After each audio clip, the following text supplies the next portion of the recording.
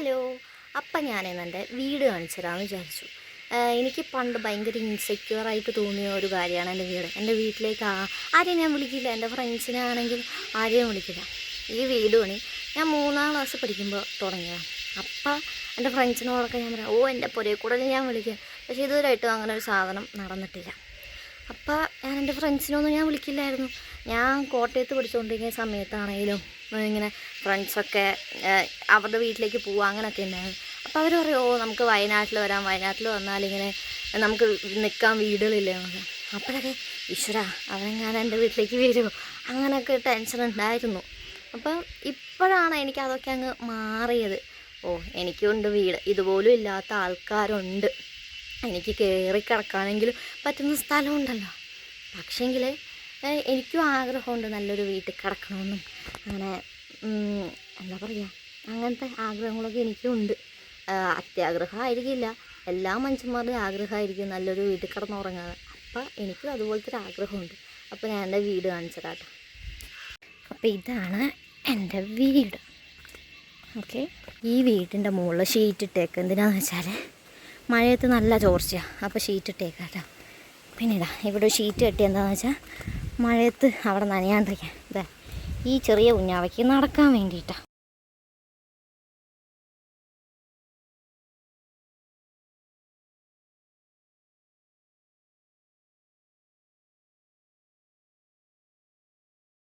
ഇവിടെയും ഉണ്ട്, അതിൻ്റെ ഇടയ്ക്ക് എൻ്റെ ചെരുപ്പൊക്കെ ഉണ്ട്. അതിൻ്റെ ഇടയ്ക്ക് നമ്മുടെ തനു ഒന്ന് വീണു. നല്ല തനു, എന്നിട്ട് തനു ഒന്ന് കരഞ്ഞു. എങ്ങനെയാണ് തനു കരഞ്ഞേ? അങ്ങനെ കരഞ്ഞേ? അങ്ങനെ കരഞ്ഞേ? അങ്ങനെ കരഞ്ഞേ?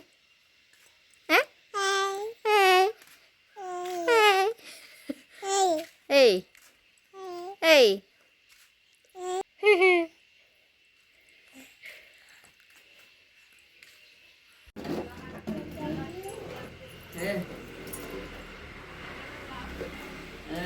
അവളവിടെ ഉറങ്ങാൻ പോവാട്ടാ.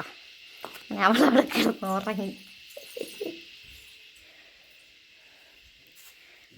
ഇതൊക്കെ എനിക്ക് കിട്ടിയ ട്രോഫികളോ സാധനങ്ങളാണ്. പിന്നെ ഇതാണ് നമ്മുടെ അച്ഛനും അമ്മയും, ഇതാണ് നമ്മുടെ അമ്മമ്മ. ഇത് കിറ്റുവിൻ്റെയും ഗോപുവിൻ്റെയും ചെറുപ്പത്തിലുള്ള ഫോട്ടോയാട്ടാ.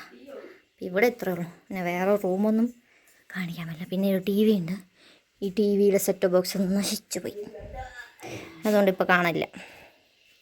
പിന്നെ ഇതാണ് എൻ്റെ റൂമിലേക്ക് പോകുമ്പോൾ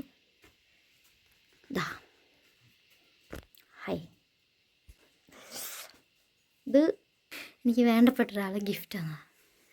ഇതും ഈ പൂച്ചക്കുട്ടി നല്ല രസമല്ലേ, ജീവനുള്ള സാധനം പോലെയല്ലേ. ഇതും എനിക്ക് ഗിഫ്റ്റ് തന്നതാട്ടാ. പിന്നെ ഇവിടെ ഒരു എൻ്റെ ബോട്ടിലും കാര്യങ്ങളും മാത്രമേ ഉള്ളൂ. പിന്നെ ഇവിടെ എന്താ ഉള്ളത്, ഇത് ചെടികൾ. പിന്നെ ഇതിൻ്റെ മണ്ടയ്ക്കുള്ള സാധനങ്ങളൊന്നും നമ്മൾ ഡിസൈൻ ചെയ്ത സാധനമൊന്നുമല്ല. ഈ കട്ടകളൊക്കെ, സിമെൻറ്റ് കട്ടകളൊക്കെ മഴയത്ത് ഇങ്ങനെ വന്ന് ഇങ്ങനെ എന്താ പറയുക, ദ്രവിച്ച് താഴേക്ക് വീഴുന്ന സാധനങ്ങളാണ്. ഇവിടെ മാത്രമല്ല, കാണിച്ചുതരാം, അടുക്കളയിലും ഉണ്ട്.